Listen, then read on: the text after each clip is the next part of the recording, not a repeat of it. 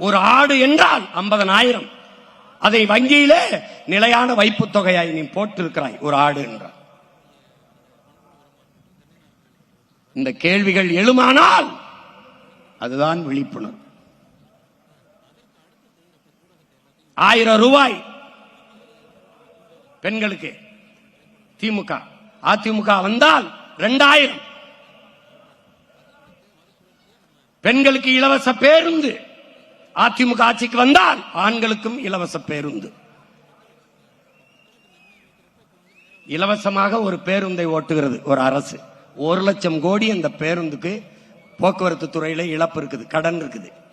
1,00,000 கோடி கடனை வைத்துக் கொண்டு இலவசமாக பேருந்து ஓட்டுவோம் என்று சொல்கிற ஒரு அரசு அரசா தரிசா என்பதை அறிவு சமூகம் சிந்திக்கணும்.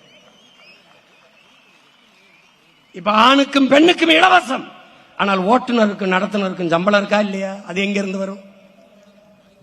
இதுக்கு எரிபொருள் எந்த காசுல நிரப்புவ? புதிய பேருந்து எங்கிருந்து வாங்குவ? இந்த பேருந்து பழுதானால் சீரமைக்க காசு எங்கிருந்து எடுப்ப? எப்படி? சகிக்க முடியாத மின்கட்டண உயர்வு. அப்புறம் எப்படி மின்துறைக்கு 1,00,000 கோடிக்கு மேல இழப்பு? எப்படி நட்டம் வருது? எப்படி நட்டம் வருது? இலவசம் கொடுப்பீர்கள் 10 லட்சம் கோடி கடன். ஒரு குடும்ப அட்டைக்கு 5000, ஆனால் அந்த அட்டையில் 2 லட்சம் ரூபாய் கடன் இருக்கிறது.